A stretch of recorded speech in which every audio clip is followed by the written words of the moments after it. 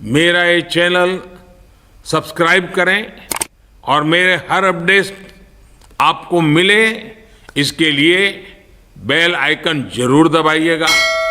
1.5 लाख करोड़ का कर्ज है पूरे भारत देश पर, यानी इंडिया के हर एक सिटीजन पर 14,09,000 रुपए का कर्ज। पिछले 67 सालों में 14 प्राइम मिनिस्टर आए हैं। भारत पर कुल कर्ज 54 लाख करोड़ का, पर यही आंकड़ा पिछले 10 सालों में बढ़कर 1.5 लाख करोड़ तक पहुंच जाता है। तो सवाल खड़ा होता है, ये कर्ज चुकाएगी कौन? अगर आप सोच रहे हैं कि ये कर्ज सरकार चुकाएगी तो आपका सोचना बिल्कुल गलत है। दरअसल ये कर्ज आम इंसान को चुकाना पड़ेगा, जिसके रिजल्ट पे महंगाई और टैक्सेस और बढ़ेंगे। आज इंडिया ग्लोबल हंगर रैंक में 125 देशों में 111वें नंबर पर आता है। प्रेस फ्रीडम रैंक में 180 देशों में 161वें नंबर पर कैपिटा इनकम रैंक में 195 देशों में 143वें नंबर पर, वर्ल्ड हैप्पीनेस रिपोर्ट में 126वें नंबर पर, ह्यूमन डेवलपमेंट इंडेक्स में 132वें नंबर पर, ग्लोबल पीस इंडेक्स में 126वें नंबर पर। लेकिन फिर भी भारत में सब अच्छा है। आइए देखते हैं सरकार के किए गए कुछ वादे जो पूरे हुए कि नहीं। 100 दिन में काला धन वापस, 15 लाख सबके खाते में, पेट्रोल डीजल 35 रुपए लीटर, रुपया मजबूत होगा, 2022 तक 100 स्मार्ट सिटी बनेगी, करप्शन जड़ से खत्म होगा, 2 करोड़ रोजगार हर साल, किसानों की आय दुगनी होगी। क्या पूरे हुए? देखिए, ये जुमला है। 2024 में जनरल इलेक्शन होने वाले हैं। फिर से हम इस जनरल इलेक्शन में बढ़ चढ़कर हिस्सा लेंगे और अपनी अपनी फेवरेट पॉलिटिकल पार्टीज को वोट देंगे। फिर से पॉलिटिकल पार्टी ढेर सारे वादे करेंगे और फिर कोई पॉलिटिकल पार्टी देश में अपनी सरकार बनाएगी। पर एक सवाल खड़ा होता है, हम वोट क्यों करते हैं? ताकि हमें बेहतर एजुकेशन मिल पाए, हमें बेहतर स्वास्थ्य सुविधाएं मिल पाए, हम एक सुरक्षित देश में रह सके जहाँ युवाओं को रोजगार मिले। पर हमारे देश में एजुकेशन का क्या स्तर है, ये किसी से छुपा हुआ नहीं है। अभी कुछ ही महीने पहले हुए मणिपुर वायलेंस हमें बता देता है कि हमारे देश की इंटरनल सिक्योरिटी कितनी अच्छी है, हमारे देश में मेडिकल फैसिलिटीज की कितनी भारी कमी है। ये 2 साल पहले कोरोना नाम का वायरस हमें बता चुका है। तो सवाल खड़ा होता है, अगर सरकार अच्छे से काम नहीं कर रही है, फिर भी सरकार अपनी कुर्सी कैसे बचाए हुए है? दरअसल गवर्नमेंट यहाँ मैनिपुलेशन टेक्निक का यूज करती है। गवर्नमेंट प्रोपेगेंडा फैला के पब्लिक ओपिनियन को अपने फेवर में करती है, जैसे धर्म खतरे में है। गवर्नमेंट हमें टीवी, सोशल मीडिया और मीडिया के द्वारा मिस इन्फॉर्मेशन और अपने पॉलिटिकल एजेंडा दिखाकर वास्तविक मुद्दों से ध्यान भटका देती है। गवर्नमेंट उन सारी इन्फॉर्मेशन को सेंसर कर देती है जो उनके लिए अनफेवरेबल और थ्रेटनिंग होते हैं। तो क्या इंडिया में डेमोक्रेसी को मारा जा रहा है? आइए देखते हैं। इंडिया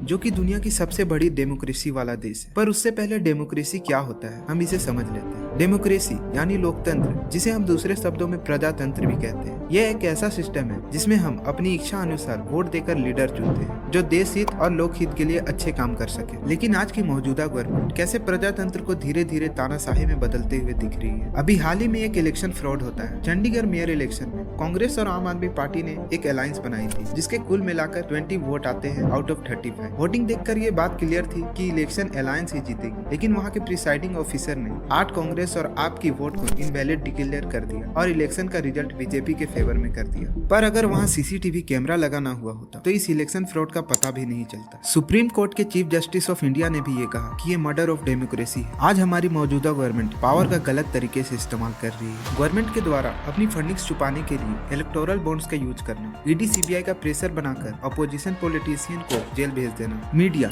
जिसे डेमोक्रेसी का 4th पिलर भी कहा जाता है, जिस मीडिया का काम जनता की आवाज और उनके डिमांड्स को सरकार तक पहुंचाना है, वह सिर्फ सरकार की चाटुकारिता और दलाली करते नजर आती है। इस मौजूदा स्थिति को देखते हुए मुझे बीजेपी के रह चुके हमारे पूर्व प्रधानमंत्री अटल बिहारी वाजपेयी की बात याद आती है। वह कहते थे, जहाँ विरोध और विरोधियों को गद्दार मानने का भाव हो, वहाँ लोकतंत्र समाप्त होता है और तानाशाही का उदय होता है। Politician, the so called public servant, politician, ये लोग मास्टर बन चुके हैं बिजनेस के। ये लोग सिर्फ हमें सपने और होप बेचते हैं वोट पाने के लिए। आज भी इंडिया में पैसे लेकर वोट देना आम बात है, पर पैसे लेकर वोट देना सबसे बेवकूफी भरा काम है, क्योंकि जिस पैसे से आपको अच्छा इंफ्रास्ट्रक्चर, अच्छी एजुकेशन, अच्छी मेडिकल फैसिलिटीज मिल सकती थी, उसे हम 500 रुपये और एक दारू के बोतल में बेच जाते हैं। आपको जानकर हैरानी होगी कि सबसे महंगी इलेक्शन भारत देश में होती है। अगर हम पिछले लास्ट लोकसभा इलेक्शन की बात करें तो उसमें 60,000 करोड़ का खर्च हुआ था, पर वहीं एजुकेशन में खर्च करने में हमारी रैंक 62 नंबर पर आती है। तो सवाल खड़ा होता है, हम क्या कर सकते हैं? आइए जानते हैं। सवाल हर चीज के लिए, आटा, दाल, चावल, तेल, साबुन खरीदते वक्त कितनी उंगली करते हो आप कि भाई ये आटे में मिलावट तो नहीं है, ये चावल में कंकर तो नहीं है, ये साबुन झाग तो अच्छी देगा ना, मोटरसाइकिल देते वक्त भाई इसकी माइलेज तो ठीक है ना, इसकी आफ्टर सेल सर्विस अच्छी है, छोटा सा पेन खरीदते वक्त कितनी घिसापिटी करते हो, कितनी घिसापिटी, हर जगह, हर वक्त, हर चीज के लिए सवाल पूछते हो। सिवाय एक चीज के, अपनी सरकार चुनते वक्त 5 घंटे चलने वाली मस्कीटो कॉइल के लिए कितने सवाल करते हो? इसमें धुआं तो नहीं आएगा, ये बदबू तो नहीं देगी, इससे मच्छर तो मरेगा ना। लेकिन 5 साल तक अपनी सरकार चुनते वक्त एक सवाल नहीं करता, कुछ नहीं पूछता, बिल्कुल नहीं। और इसलिए मेरी डिमांड है ये उंगली, धर्म, पैसा, जात पात, धर्म, संप्रदाय के लिए वोट देने की बजाय जो आपसे वोट मांगने आए आप उससे सवाल पूछो। पूछो उससे कि अगले 5 साल तक तुम मेरे लिए क्या करोगे, मेरे बच्चों की शिक्षा के लिए क्या करोगे, मुझे नौकरी दिलाने के लिए क्या करोगे, मैं अगर बीमार पड़ गया तो मेरे परिवार के लिए क्या करोगे, अगले 5 साल तक तुम मेरे देश को आगे बढ़ाने के लिए क्या करोगे, पूछो। वोट देने से पहले